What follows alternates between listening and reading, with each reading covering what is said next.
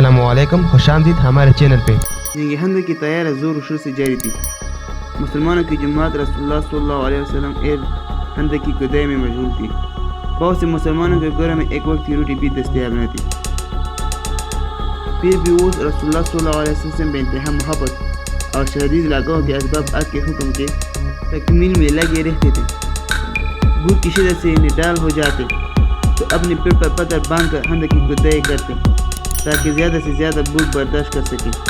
حتیٰ کہ رسول اللہ صلی اللہ علیہ وسلم نے بھی اپنے پیٹ پر بھوک کی وجہ سے پتھر باندھ رکھے تھے، اور حمد کی کدائی میں صحابہ کرام رضی اللہ عنہ کے ساتھ پورے اہتمام کے ساتھ مشغول تھے۔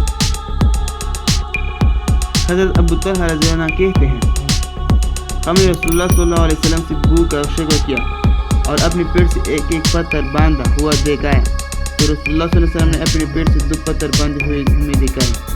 حمد کی کدائی کرنے والے صحابہ رضی اللہ عنہ کی تعداد 1000 اور حدیث کی روایت کے مطابق 3000 بتائی گئی ہیں۔ حمد کی کدائی کے دوران کئی معجزات رونما ہوئے۔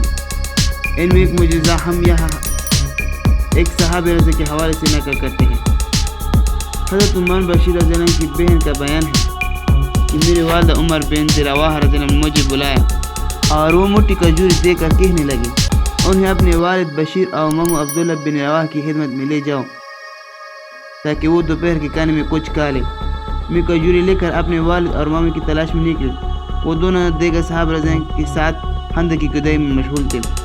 مجھے انہیں تلاش کرتے ہوئے دیکھ کر رسول اللہ صلی اللہ علیہ وسلم نے بلایا اور پوچھنے لگے، تیرے پاس کیا ہے؟ میں نے عرض کیا، یہ چند کھجور ہیں جنہیں دیکھ کر میرے امی نے میرے ابو اور ماموں کے پاس بھیجا ہے تاکہ وہ دوپہر کے کھانے میں کچھ کھائیں۔ رسول اللہ صلی اللہ علیہ وسلم نے فرمایا، یہ کھجوریں مجھے دے دو۔ میں نے کھجور رسول اللہ صلی اللہ علیہ وسلم کے دونوں ہاتھوں میں رکھ دی۔ آپ صلی اللہ علیہ وسلم کی ہتھیلیاں نہیں بھریں۔ پھر آپ صلی اللہ علیہ وسلم کے حکم سے چادر بچھائی گئی اور آپ صلی اللہ علیہ وسلم نے چادر پر کھجوریں پھیلا دی۔ پھر آپ صلی اللہ علیہ وسلم نے ایک آدمی سے فرمایا، اہل حمد کی آواز دو کہ وہ آ کر دوپہر کا کھانا کھا لیں۔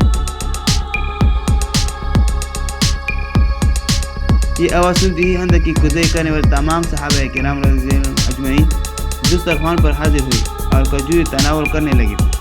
اہل حمد کھجوریں کھاتے گئے اور وہ بڑھتے گئے۔ سر اہل حمد کھا کر واپس ہو گئے، مگر کھجوریں تھے کہ کپڑے کے کنارے سے باہر گر رہی تھی۔ واضح رہے کہ حمد کی کدائی کے دوران اس قسم کی کئی معجزانہ برکات کا ظہور ہوا۔